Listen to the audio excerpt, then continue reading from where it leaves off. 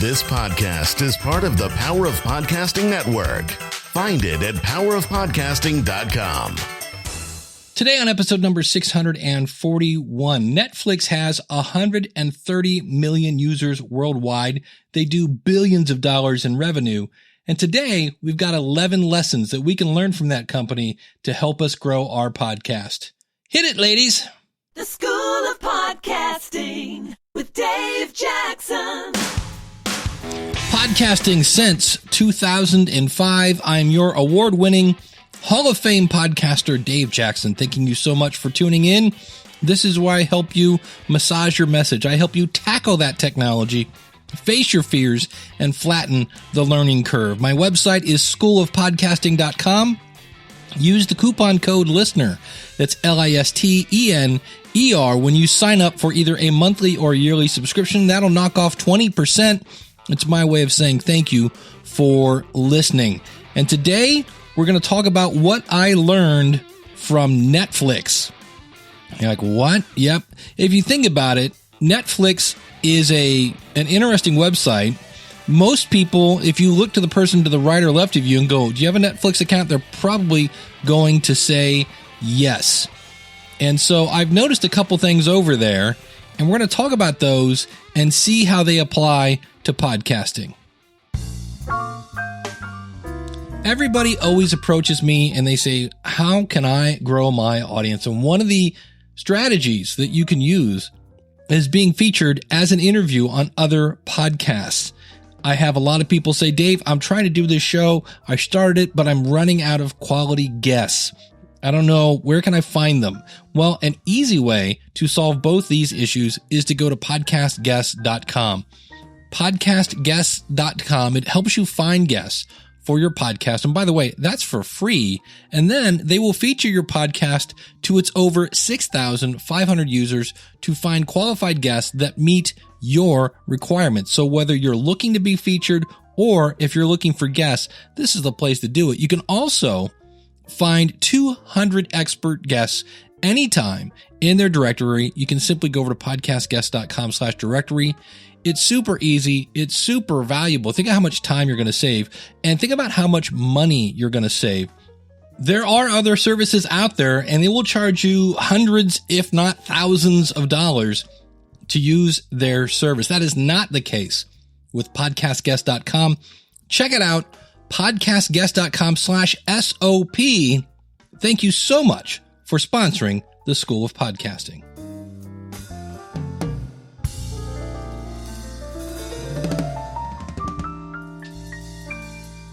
As you listen to this, I'm in Australia right now at We Are Podcast 2018. And you're like, but Dave, how are you doing this, you time traveler?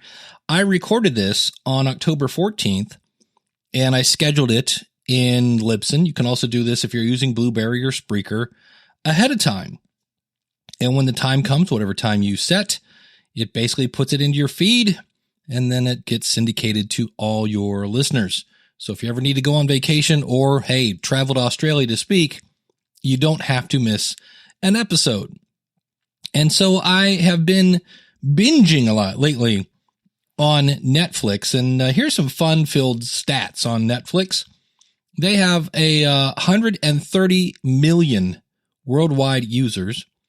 4.2 million of those are still shipping DVDs. Because if you think about it, when Netflix first started, they solved a problem, which was going to Blockbuster, hoping the movie was going to be in. Then you had to, of course, be kind and rewind. Otherwise, they would charge you for that. And then you had to return it. And if you didn't return on time, there was a late fee. Now you choose your favorite movies and they will ship them to you. And whenever you watch it, and you then ship it back. And now I figured it out. I used to do the DVD thing and I would watch it the minute I got it and I would ship it back the minute I was done with it. And I could watch probably 4 or 5 movies a month. It was actually pretty cool. Now later they added some more, which of course was just streaming, which is what most of us do. But the licensing deals to get all these movies and stuff, have you noticed that like the movies now on Netflix, it looks like the 99-cent bin at Walmart? And that's because a lot of the licensing deals got more expensive. And in some cases, companies like Disney just pulled it. Why? Because they're going to start their own streaming service. The other thing I think the reason these got so expensive is because people weren't buying DVDs anymore, much like people don't buy music anymore. Why would I when I can go to Spotify? Why would I buy a DVD when I can rent it anytime on Netflix? So that's kind of, keep in mind, they solved a problem when they started their service, and you had all these things of like, you had all these movies and you can't carry all the movies because, well, you would triple the size of Blockbuster. And so they solved that problem. Now they've changed over the years. They have been projected to pay $7 billion for content this year. They did $11 billion in revenue in 2017. So that smells at least like $4 billion in profit. 23% of users, at least in the US, adults, they say, stream daily. That is not me. Me every other day, maybe, but not daily. 70% of users binge watch shows. And we're going to talk about that in a second. And they say that a typical user avoids 160 hours of ads per year. That is 6.7 days. And the one thing I want to point out about Netflix is I am watching right now Orange is the New Black. It's a comedy about women's prison, kind of. It's got great acting in it. But I noticed, I'm not sure when this came out, but when you now watch on Netflix, they give you an option to skip the intro. And I looked, it was 1 minute and 17 seconds. And so, okay, well, what does that teach us? That teaches us that, and I've said this before, get to the content. People don't care about your French toast or the cat puked on the rug. Get to the content. That is my proof. If somebody says, why do you think this? I would say this is why.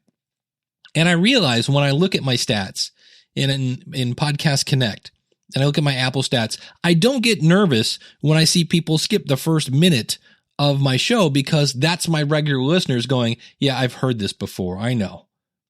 Tackle the technology, blah, blah, blah. They skip that. That's fine because then I see my consumption stats stay straight for the rest of it. But we learned from Netflix, get to the point. Then I noticed something else. Now, I don't know when they started doing this, but when it gets to the end of the episode, they now have a go to the next episode. It used to be, it was like the next episode is starting in whatever seconds. Now they have a, hey, do you want to skip this? Now, this is why I think most people don't care how the sausage is made. And so many times I hear podcasters go, hey, I want to talk about the show today because so-and-so was using a microphone and the wind, and because of the velocity of the kilobytes of the thing, and the audience is going, I don't care. Can you just play the interview? And so when I say, I don't think your audience cares how the sausage is made, if somebody goes, why do you think that? I go, well, number one, I'm a podcast listener, and I know every time somebody gets into that, I just want the content. But now I can say, well, look at Netflix. They're giving you the ability to skip how the sausage is made. Now, there are those people that want to see who was the cinematographer and what was that song they played during the one scene. And those people still can watch the credits. But I don't know about you, I'm a big fan of, hey, get to the next episode. Now, this means one of two things. Either I'm like most Americans, or B, I am highly impatient, which I don't think is the case. I'm just usually, they've done a great cliffhanger, key point. Have you ever noticed that? In episodes, it's like, ooh, what's going to happen in the next episode? So that's why they want you to then go to the next episode. So it's great content that makes you want the next episode so quickly. Something else that is making Netflix, well, Netflix, is they are embracing creativity. They are embracing not being another superhero sequel. I'm sorry. I know all the Marvel universe, the DC people, I'm sorry, but I've seen most of the superhero movies, and spoiler alert, the good guys usually win. Usually. There is that one movie where you're like, oh my God, everybody died.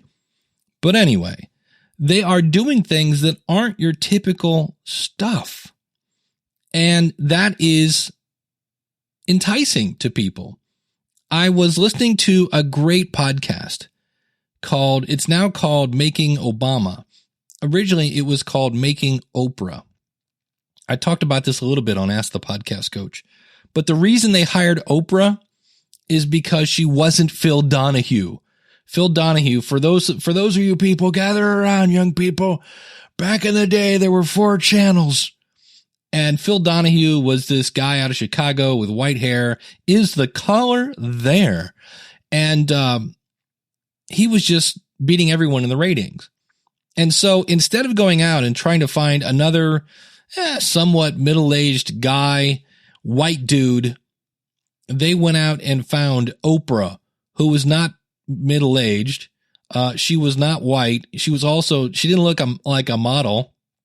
She was kind of overweight. In fact, she said in her meeting where they offered the job, she said, well, I just wanted to let you know that I am black. And they went, yeah, we kind of figured that out. And she said, well, also, I don't know if you've noticed, I have an issue with some of my weight sometimes. And they went, yep, so do I. And the rest, of course, is history. And a little bit like Oprah, both Netflix and Oprah have changed their format over the years.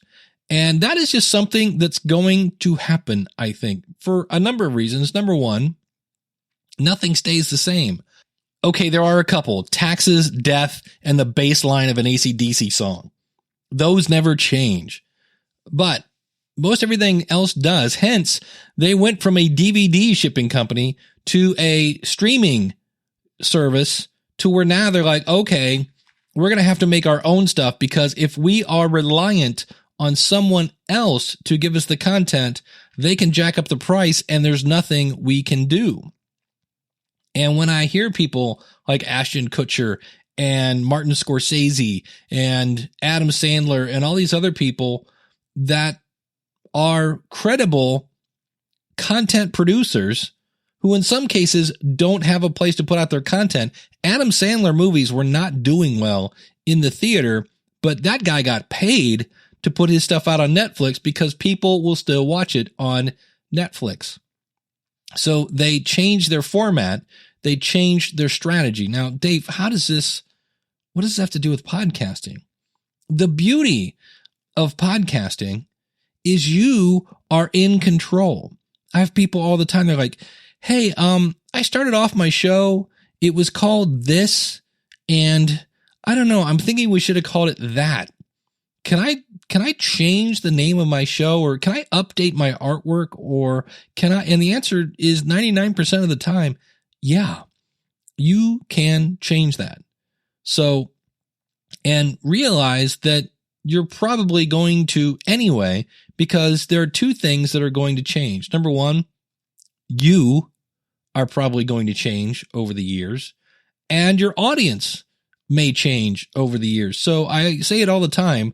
You're not a statue. You're a recipe, and you can change that any way you want. And that's what Netflix has done over the years. What music was that? I feel like I'm in an episode of Fuller House. But here's the thing that you want to also watch.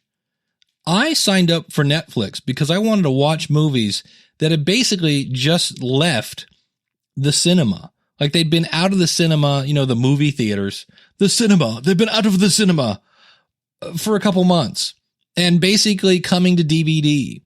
And in some cases they were on DVD, but basically new old movies is what I wanted to watch. Well, they're not serving that customer anymore. And for the record, neither is Amazon, neither is Hulu. I have them all.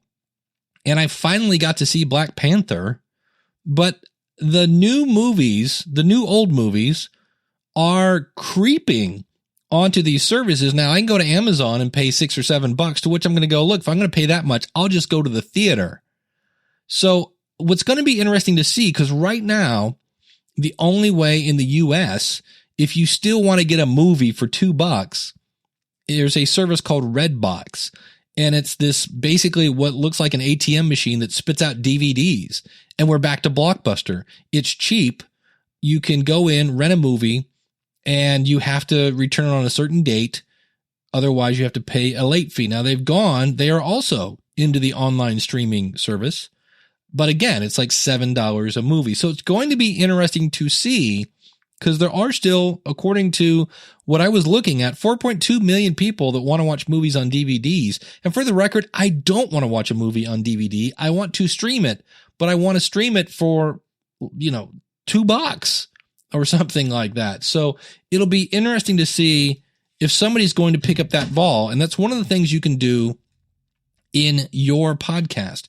As I mentioned this a couple episodes ago, Pat Flynn talked about, you can look at the people that are making, a killing in your genre. You can look at the places where your audience hangs out, and you can look at the products that are in your genre. Well, if I look at that now, if I'm a, movie place, nobody's serving the person that wants a cheap $3 movie, and I want it now. I want, who's going to replace the Netflix thing?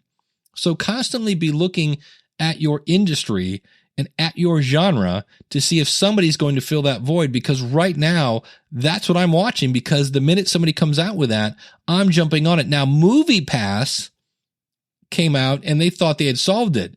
You paid $10 a month and you could go to the movies for as many times as you want. Well, the problem was that business plan bled like money, like nobody's misses, like rivers of blood, to where they finally I don't think it's officially closed down, but they've changed the pricing numerous times. And basically they have cheesed off their audience so much that most of them are not going back. I know I'm not. So keep an eye on your industry to see if there's a hole, if there's a void that you can fill, because there's probably part of your audience that wants that.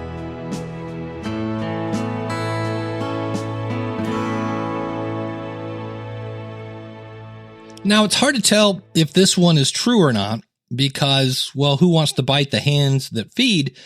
But when I hear people like Adam Sandler, Chris Rock, Jerry Seinfeld, Ashton Kutcher, and all these other people that are creating content for Netflix, all the comedians, apparently if you have a pulse and can breathe, and you at one point were a comedian, they will give you millions of dollars to do stand-up on Netflix. But everybody I hear says how great it is to work with Netflix, because they find people that have talent and let them do what they do. And so basically what a podcaster can learn from this is find the right people, find the right guests, and let them do what they do, and don't be a jerk. I guess that's the biggest thing. Don't be a jerk, because it sounds like, at least, and again, it's hard to tell, because if a company just gave you a couple $1 million, are you going to go on a TV show and go, these guys are the worst? But I've never heard even a hint of that, even in any kind of gossip magazines. That's not the case. Weather. That's right. It's been 20 minutes since we started the show. And if you look outside, it's kind of the same kind of weather as it was 20 minutes ago.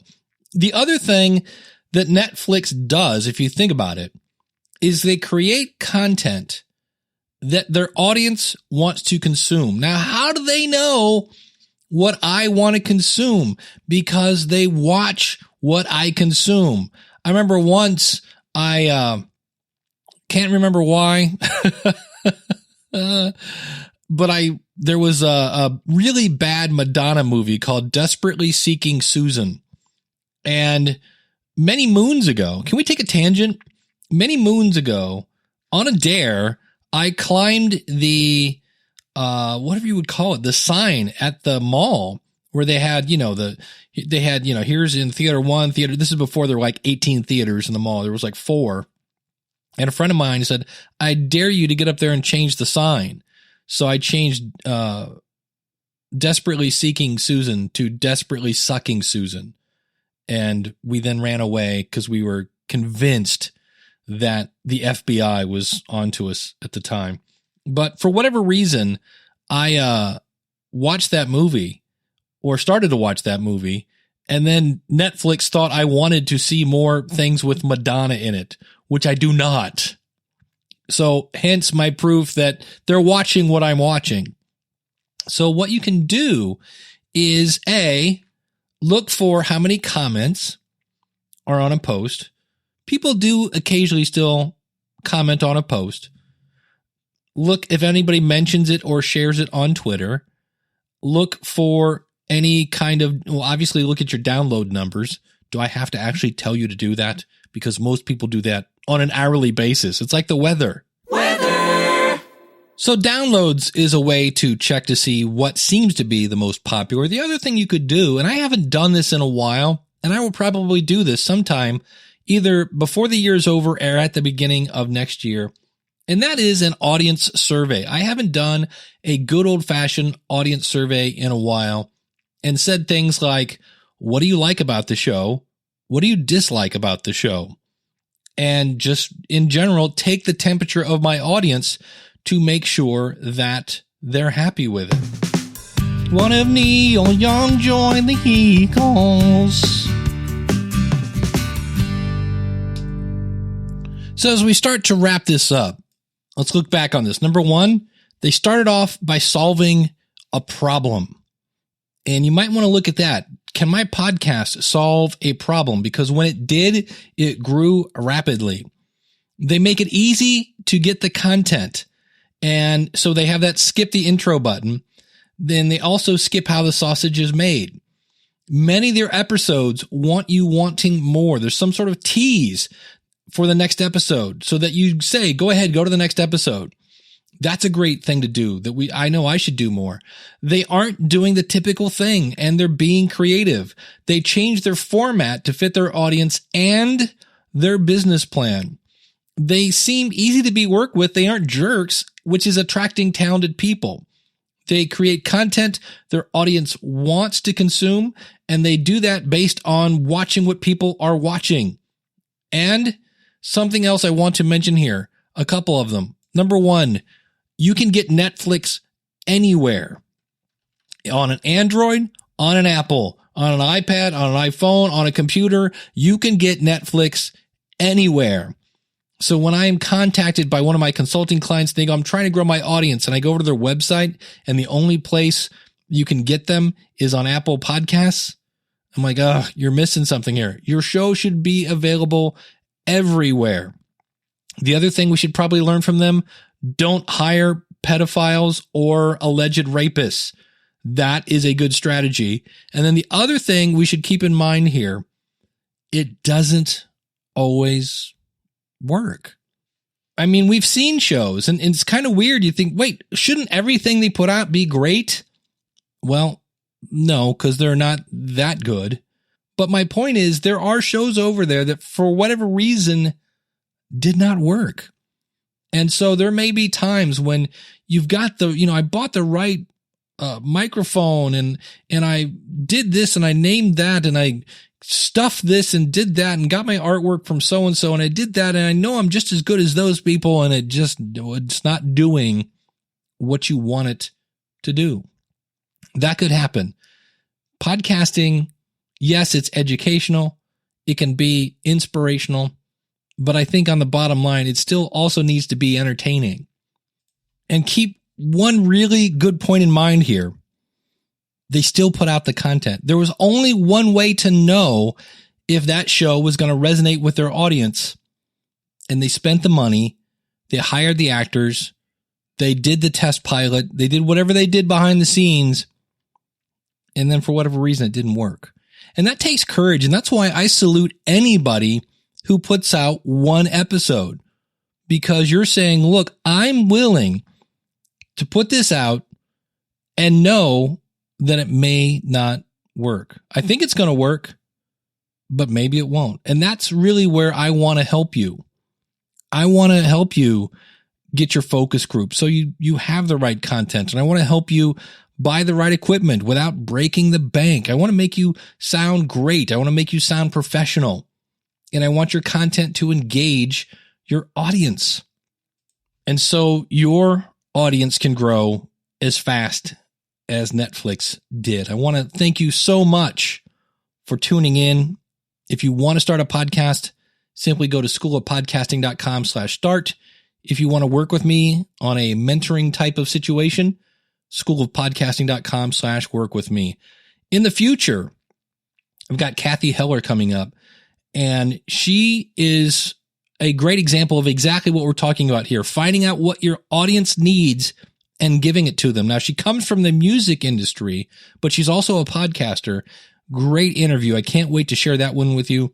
And then I've already talked with Glenn the Geek, and I have some other people I'm going to be talking about, and we're going to do an episode, a mega episode, on should you start your own podcast network. Go to schoolofpodcasting.com/subscribe and never miss an episode. Thanks so much again.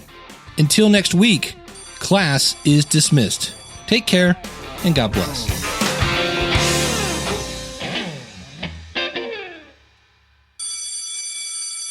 They cancel shows now in some cases because they hired a pedophile, but in other cases they cancel a show. I'm not laughing at pedophilia, by the way.